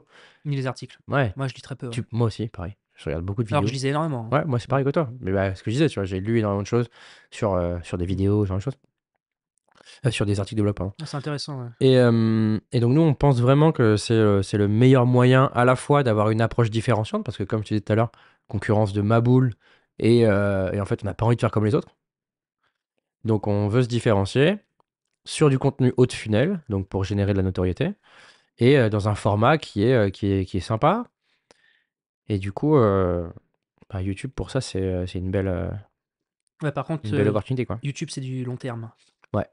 Je sais pas si tu as étudié un peu comment il fonctionne l'algorithme de YouTube, Mmh mh. Ouais, ouais. mais il fonctionne beaucoup avec le watch time. Ouais, bien sûr, ouais. Tout Et à en fait, ouais. fait, Mmh. l'idée, c'est que quand tu commences une chaîne YouTube, c'est super dur parce que tu dois construire l'historique de visionnage chez toutes les personnes, chez tout le monde, en fait. Ouais, Et avant que YouTube commence à te suggérer sur les homes. ouais. Donc en fait, tu dois galérer à aller chercher. Il va pas te suggérer direct, en fait. Non. Il faut que tu trouves du monde, fasse Ouais, venir en partageant sur les ouais, réseaux sociaux. ouais, Progressivement, tu construis un watch time chez ton audience. ouais, Et ton audience, derrière, elle va être suggérée au fur et à mesure parce que ouais, bah, ils ont regardé 2 heures de tes vidéos. Donc en fait, quand on lance une nouvelle, ils se disent, bah, c'est ouais, populaire. tout à fait, ouais. On a testé plein de formats, nous, plein de formats différents. Hem, on a une vidéo que alors je dis «on» parce que c'est pas moi qui m'en Mm. occupe, c'est Léo qui travaille là-dessus à temps complet. Il est vraiment focus, sur la création on pourrait appeler du contenu de marque, tu vois? Et il a fait une vidéo dédiée à la productivité, où en fait, il explique comment est-ce qu'il a fait pour augmenter son nombre de mots tapés, Au clavier, ouais. au clavier en 7 jours. Et cette vidéo a été, entre guillemets «propulsée» par l'algorithme et les chiffres étaient malades, quoi. Ouais, ouais. Vraiment en l'espace Par de contre, d'un mois, mais au bout d'un mois, boum, ça retombe, tu vois? Mais tu as ce flux quand même continu de vidéos, de vues, et c'est quand même tu te rends compte de la puissance du truc, quoi. ça ramène pas de clients chez Crisp, ça. Alors, pour le moment, non, en effet. Mais ça ramènera jamais parce que c'est trop loin, tu vois. Je pense pas. Moi, je pense qu'au contraire, c'est un moyen, à nous aussi, tu vois, de créer les contenus, différents. La vision qu'on a, c'est pour le moment de faire des contenus, type interview, donc avec, quand même une tendance, technophile, qui vont cibler, une très large audience. OK? L'idée, par la suite, c'est de faire, peut-être des lives qui vont là, plutôt aller cibler du contenu, milieu de cycle de vente, tu vois? Et hem et en fait, on itère à mort. Tu vois, on parlait de product market fit et moi, j'ai parlé de YouTube market fit, il y a de ça un mois, quoi, avec, Baptiste et Léo en disant: «Mais en fait, on n'y est pas encore, quoi, donc il faut qu'on continue à tester des formats, il faut qu'on continue à tester, des vignettes, il faut qu'on continue à tester des titres, il faut qu'on continue à tester, enfin, tout ce qui est testable, en fait». Et c'est pour ça qu'on est en train de tester, tu vois, l'ajout de mentions sponsorisées dans les vidéos en disant: «Bah, voilà, ce contenu est sponsorisé par Crisp et patati et patata». Même si, évidemment, comme tu le dis, c'est du long terme et heu et aujourd'hui, on a quoi? 1 300 abonnés, ce qui est bien, tu vois? Mais en fait, il va nous en falloir encore plus parce que demain, je suis persuadé que c'est un asset incroyable Bah, c'est sûr, pour hein. faire du marketing, tu vois? Ouais, Parce que si tu resserres des listes après pour faire du retargeting, on parlait de ça tout à l'heure, même du référencement naturel, enfin bref, tu as un poids de ma boule, quoi. Et d'ailleurs, tu vois, c'est marrant ce que tu dis parce que quand tu parles de l'AI, cette histoire de top 10, de ranker sur les top 10 dans une raison pour de manière à ce que l'AI, en fait, Ouais, ouais, nourrir, propulse après derrière. ouais, ouais. Tu disais qu'il y avait d'autres plateformes sur lesquelles c'était juste. Bah, en fait, quand tu réfléchis à ça, je te dis, enfin, en fait, non, la première étape, c'est dire comment fonctionne un modèle. Ouais, Un modèle fonctionne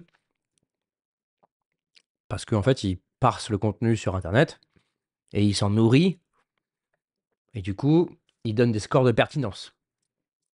Tu vois, c'est ça, en fait. ouais. Ce qu'on appelle le ranking, en fait, Et aussi. comment un score de pertinence fonctionne? Bah, il y a un des scores qui est, à mon avis, le nombre de mentions, tu vois? Sur des plateformes que tu peux croire. Et donc, il y en a beaucoup, enfin, il y en a peu, mais tu les connais toutes. Donc, tu as Quora et Reddit, aujourd'hui, qui sont des plateformes hyper importantes parce que contenu généré naturellement par des utilisateurs. Stack Overflow, pareil. Tout. Stack Overflow, pareil, mais eux, à mon avis, leur business va disparaître à cause Ouais. de ChatGPT, ou grâce. À mon Non, ça avis, disparaîtra pas tout. Ouais, enfin, ouais, ouais, ça va risque de ils vont prendre une claque. ils vont prendre cher. Et à mon avis, ils le voient déjà. C'est sûr. Euh, T'as aussi, du coup, ensuite Product Hunt, par exemple. Product Hunt, ouais. Eh ben, Product tu Hunt. sais que moi, ça rentre bien, ouais. Hmm. La Product Hunt, c'est une plateforme tierce qui génère beaucoup d'informations par rapport à ton entreprise, tu vois. Maintenant qu'ils ont intégré les reviews en plus. Donc, ça veut euh, dire quoi? Tous les sites de review, en fait, Captera, G2Crowd, ces trucs. Tout exactement. ça, c'est des trucs, oui. Parce que eux, en plus, ils sont hyper bons. Ils te font des rankings. Hmm.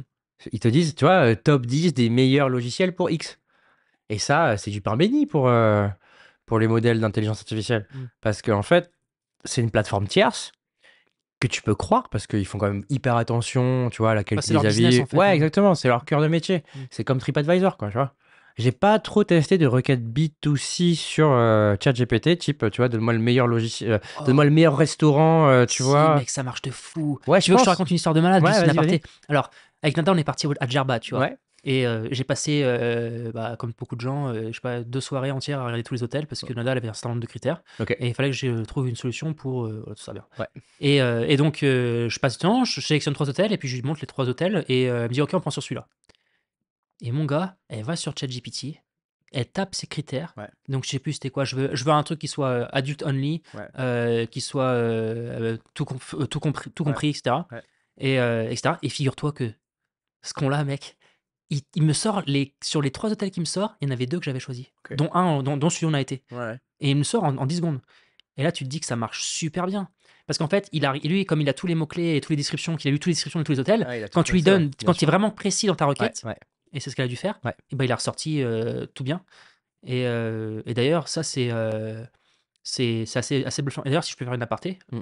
entre nous, hem, c'est super les clubs avec sa femme, tu vois? Ah ouais? C'est pourquoi? Non, dis-moi. Parce qu'en fait alors moi j'ai toujours une vision un petit peu caricaturale des clubs parce que je Ouais. me suis dit: «Ouais, c'est un peu un truc où genre les clubs Marmara», tu vois? Où tu vas et Ouais, c'est un peu tu cheap, restes quoi. Ouais. non, c'est pas que c'est cheap, c'est que tu as tout tu buffet, la bouffe elle est pas bonne et cetera et Ok, tout ok.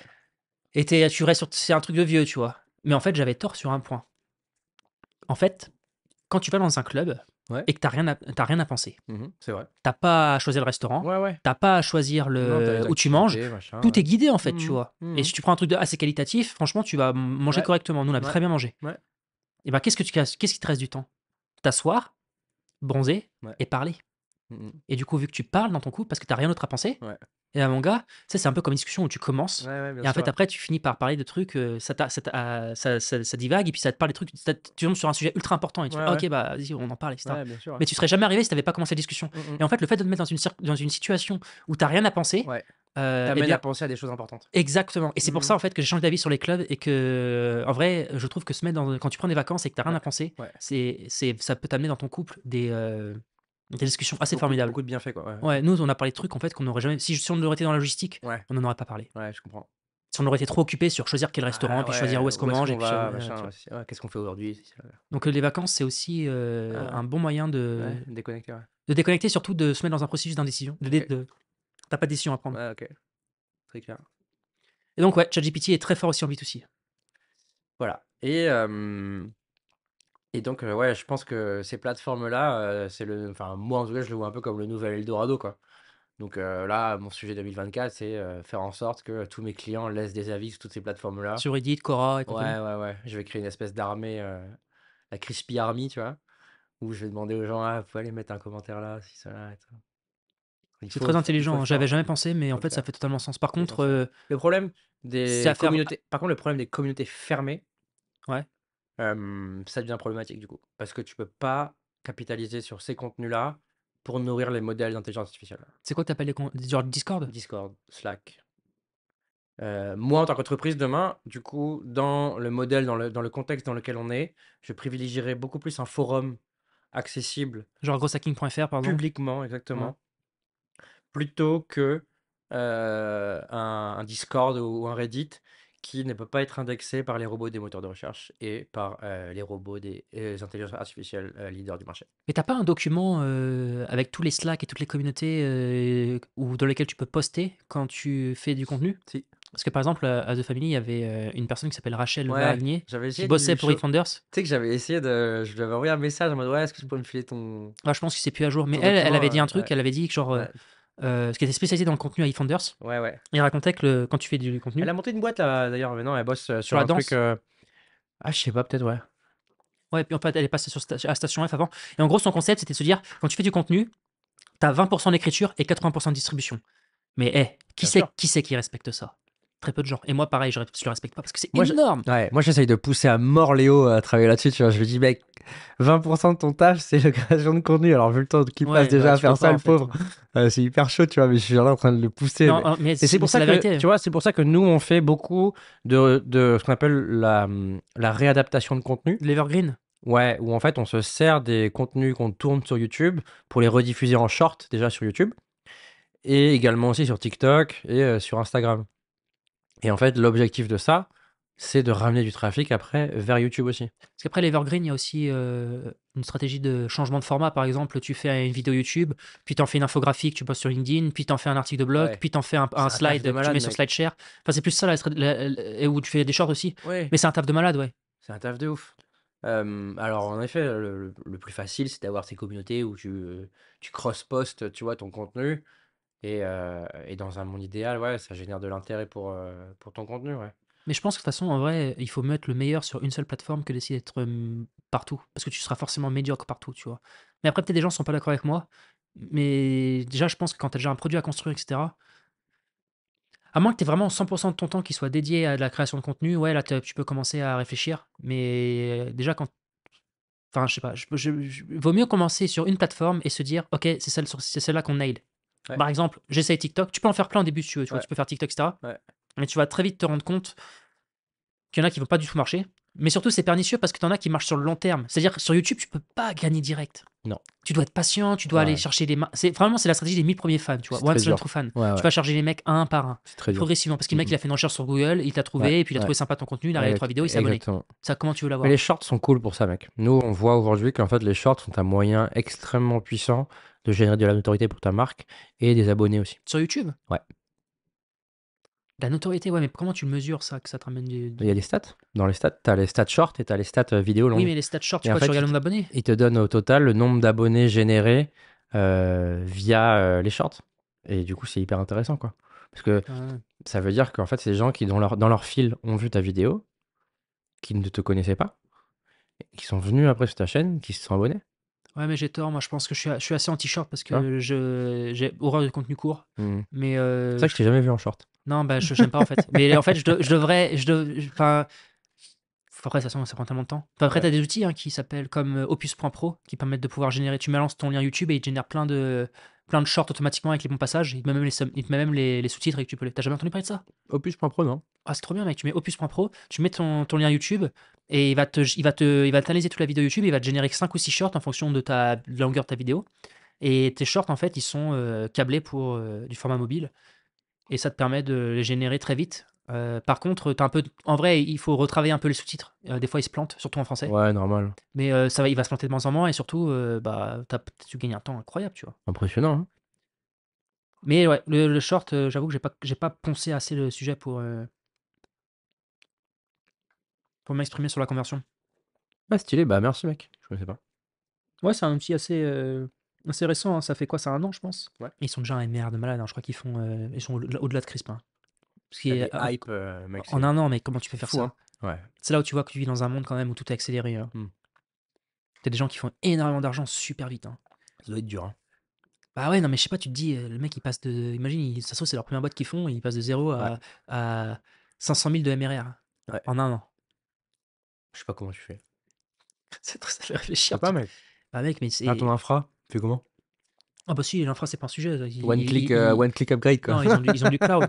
Non, mais il y a pas que ouais, l'infra, c'est un sujet, mais par contre, ouais, enfin, c'est hallucinant, Ton ça va tellement support, vite. tu fais comment? Enfin, c'est le feu tout le temps, en fait, c'est l'enfer, tu vois? Ouais, par contre, le support, tu Mec, vas la charge mentale que ça doit être, ça doit pas être facile, en vrai. mmh. Après bon, et on va pas les plaindre non plus, ils gagnent l'argent qu'ils méritent, mais tu vois, enfin, moi, ça me fait pas rêver ces histoires d'hypercroissance, Ouais, c'est marrant, tu vois? Ouais, je comprends, mais moi, par exemple, j'écoutais vachement Silicon Carnet, tu vois? ouais, Et en fait, bah, comme je disais sur San Francisco, ça m'a pas donné très envie d'y aller parce que ouais. justement, il y avait cette notion. En fait, j'ai vraiment appris ce que c'était le VC, tu vois? Mmh mh. D'ailleurs, j'ai fait une vidéo sur la chaîne, de Silicon Carnet, tu pourras la regarder sur la dernière partie. OK. Parce qu'en fait, tu te rends compte que sur le VC, Ouais. en fait, un VC, tu sais, il a un agenda sur 7 à 8 ans, Oui. 10 ans max même, hein. Ouais, même plutôt 5. Ouais, Ouais, ouais. et donc parce qu'en fait, il doit lever notre fonds Ouais, derrière. tout à Donc fait. le problème, c'est que, bah, en fait, si dès que tu commences à lever de l'argent, tu rentres dans son agenda. Parce que ça veut dire que tu dois lui apporter des événements de liquidité Ouais. et donc si tu dois lui apporter des événements de liquidité, ça veut dire que tu dois, à un moment, refaire une autre série ou faire une IPO. Ou Mais vendre là ta boîte. ouais, mais là, Ouais, c'est ouais. terminé, en fait. Ouais. Tu es plus dans une logique de: «Je crée une PME sur 20 ans». Non. En fait, Crisp, tu vois, ils sont lancés en 2013. Ouais. Là, on est en 2024, ça fait bientôt plus de 10 ans. Ouais. Bah, ça va faire 10 ans. Mais en fait, aucun là, ils seraient déjà en train de se poser des questions sur, bah, déjà, ils seraient peut-être en série C ou D. Bah, ouais, Et surtout, ils auraient peut-être revendu, tu vois? bien sûr, ouais. Et là, c'est là où tu dois réfléchir sur qu'est-ce que tu veux être. Peut-être qu'un jour, je serai ce genre de personnage, mais pour l'instant, je suis pas prêt, moi, je monte à mon rythme. C'est, c'est Jean de La Rochebrochard, je crois d'ailleurs, qui avait un terme, pour ces boîtes-là, tu vois? Qui parlait des small giants. Tu vois? C'est J'ai des jamais entendu parler. ouais, si, je crois qu'il y avait ce terme-là, où il disait, bah, en fait, c'est des boîtes, tu vois, elles cherchent pas l'hypercroissance, elles vont Mmh. faire, un super truc, à leur, échelle. Ça va sortir du cash et ce sera hyper bien, mais en fait, c'est pas ça qui nourrit le succès d'un VC, quoi, tu vois? Bah, déjà, réussir à vivre de son travail, c'est quelque chose qui, est il faut en être fier, en fait, hein. Tu vois, moi, À mort. j'arrive à en vivre, je suis content, je fais pas des Mais tu peux, milliards, hein, mais c'est chouette, en tu fait. peux. Et d'ailleurs, ça me fait penser, à quel point il y a 2 choses dans la société qu'on remet pas assez au goût du jour. La première chose, c'est la valeur du travail. Ouais. Aujourd'hui, je trouve qu'on vit dans une société où tout va tellement vite que les gens sont de moins en moins patients et veulent tout de suite beaucoup de tout d'un coup. Mmh. Et du coup, les discours très quick rich, etc., ils sont très porteurs. Et qu'en fait, on se rend pas compte que le travail, c'est la dignité. Genre, si tu regardes. La résilience, mec. Ouais, mais Moi, je vois ça, enfin si t'aimes pas ton travail, etc., non, et que bah, OK. enfin, Ouais. le travail pour moi, ça amène la dignité. Et surtout, Voltaire, dans Candide, il a une phrase que j'adore. Mmh. C'est le travail éloigne de nous 3 grands mots: Mmh mh. l'ennui, Mmh. le vice Mmh. et le besoin. Mmh. Et en fait, OK. donc l'ennui, c'est parce qu'en fait, quand tu travailles, tu vas moins t'ennuyer. Donc Ouais. tu es aussi Tu cette l'esprit occupé, ouais. ouais, tu as l'esprit occupé. Tant comme tu as l'esprit occupé, tu pas en train de faire du vice, parce que tu Ouais. es en train de travailler, tu Ouais, vois? ouais. Et le besoin, bah, parce qu'en fait, tu vis de ton travail, tu vois? Et ça, mon gars, je pense que la société, elle serait plus heureuse aussi si on remettait le travail, au centre de la société, mais un travail, je parle pas d'aller travailler, pas pour uniquement gagner de l'argent, mais aussi un travail qui est accordé avec ce qu'on veut faire, tu vois? Ouais, il y a ces parce qu'il y a tout enfin, il y a quand même un vrai problème, autour aussi du sens, tu vois? Mmh. Parce qu'il y a beaucoup de métiers aujourd'hui qui pour beaucoup de gens qui ont peu, enfin, qui où ils se sentent pas, valorisés dans leur travail, tu vois? Donc ça, c'est un souci, à mon Ouais, c'est avis, vrai ça. qui est, comment dire, sociétal et on est à un moment, ben, charnière, tu vois? On voit le nombre de licenciements qu'il y a actuellement dans des industries qui sont quand même, en général assez solides. Bah, c'est parce qu'en fait, à mon sens, l'intelligence artificielle, est en train de faire ses premières victimes, la robotisation aussi à outrance. Quand tu vois, le le robot là qu'ils sont en train de faire aussi chez Tesla et tout ça, Optimus enfin, là? ouais, Ouais, c'est gueudin quoi, tu vois? ils l'ont vu ça. Mais moi la question que je me pose vraiment c'est, tu vois, quel sera notre monde dans 30 ans? Je sais pas, tu vois? Je crois que j'ai mon premier moment où j'étais pas sur la tech. C'est quand là, ça fait 5 jours, j'arrête pas de regarder des vidéos sur le Vision Pro Ouais. et je trouve que c'est assez incroyable ce qu'ils ont fait techniquement, Moi c'est ouf. ça est en train de me matrixer un peu aussi Mais le là. Le dernier problème truc que j'ai vu c'est, l'infrarouge là. Tu es dans la nuit en fait le casque il mappe tout la pièce. Enfin, je trouve ça incroyable, ouais. Mais le truc, c'est par exemple, tu vois, j'allais dans le salon et je regardais Nada, elle était en train de regarder la télé, elle était sur son Ouais, téléphone et tout. ouais, Et j'imaginais Nada avec son casque, ouais, en train de regarder ouais, un film ouais, dans ouais, un grand écran, tu ouais, vois. ouais.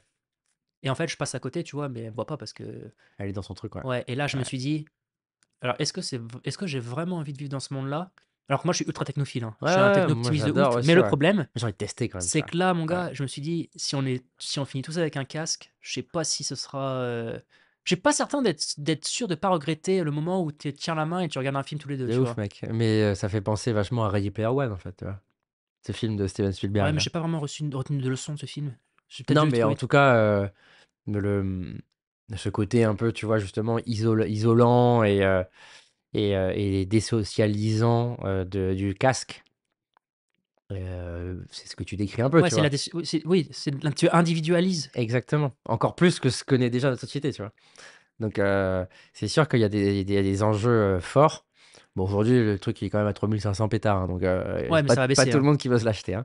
Mais ça va baisser intrinsèquement, je suis d'accord avec toi. Mm. Après, ouais, Mais techniquement, c'est c'est dur, assez hein. ouf, hein. Quand Ouais, tu vois le mec ça a l'air. il clique sur un bouton, il a son écran de Mac en Ouais. grand, et cetera. Alors bon, après, c'est encore en phase de Tu vu test. l'histoire du password reset? Non. En fait, quand tu perds ton mot de passe Apple Vision Pro, déjà, c'est pas le même que celui de ton Apple ID. C'est quoi son iris? Non, et ben, en fait, tu es obligé de retourner en Apple Store pour faire un reset. Non. Ouais, je te jure. Ça va changer, non? C'est Mais possible. c'est quoi le mot de passe? C'est un mot de passe textuel ou Non, c'est, non, c'est ton mot de passe à toi. C'est un mot de passe unique que tu crées, tu vois. mais tu dois le taper sur un clavier, non? Bah, sur ton clavier qui n'existe Ouais, pas, donc enfin, tu vois. c'est des lettres, c'est pas ton iris qui est scanné, Non, ouais. non. Mais ils n'ont pas prévu ça, quoi, tu vois. Et du coup, les gens Ça qui. m'étonne ça, mais Non, je ouais. te jure, je C'est te pas jure. digne d'Apple, mais ouais, OK. Ouais.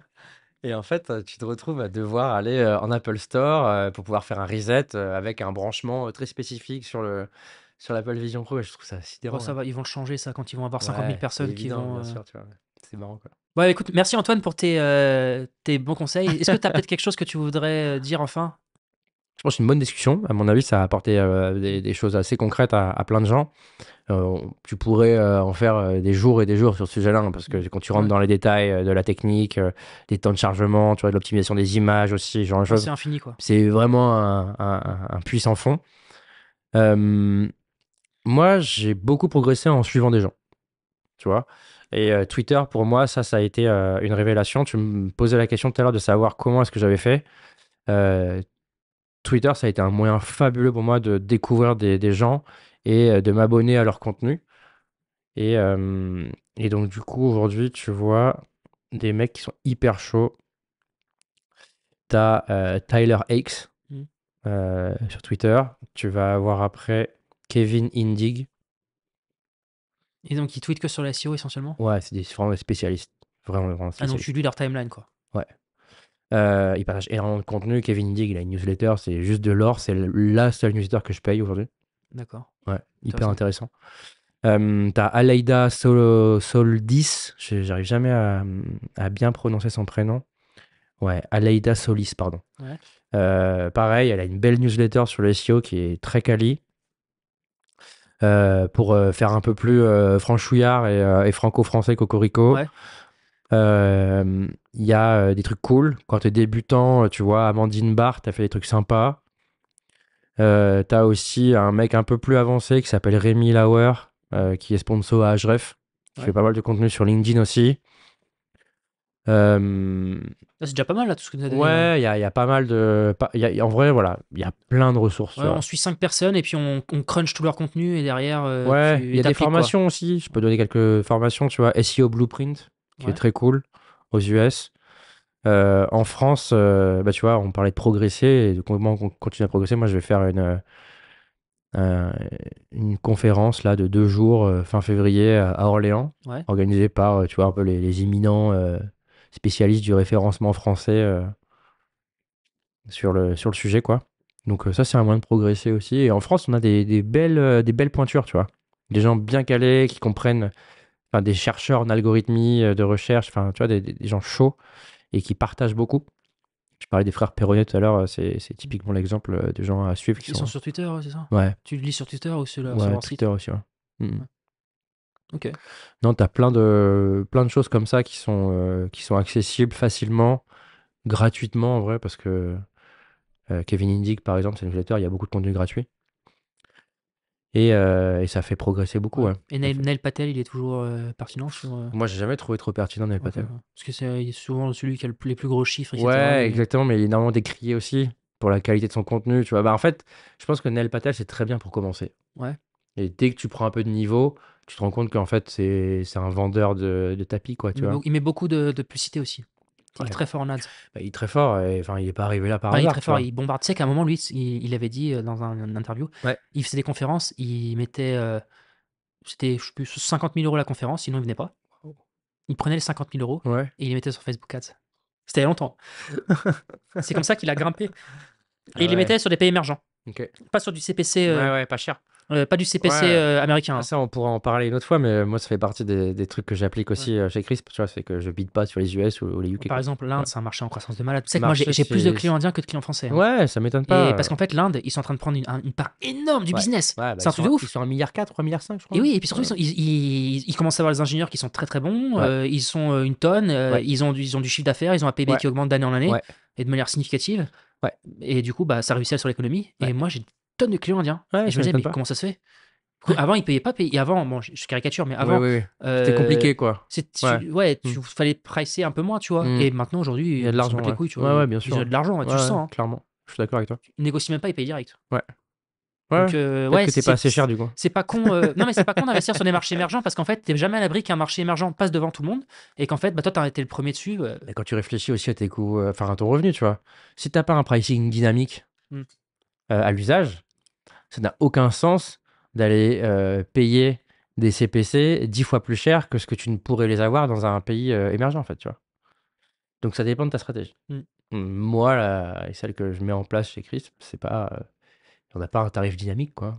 Exactement. Donc il faut être intelligent. Et c'est pour ça qu'il n'y a aucune histoire qui se ressemble. Il faut toujours adapter en fonction de son produit les choses, quoi. Exactement. Et bah, écoute, merci Antoine pour ta conclusion digne de ce nom. Avec plaisir. Je vous souhaite une agréable soirée et à bientôt. Ciao.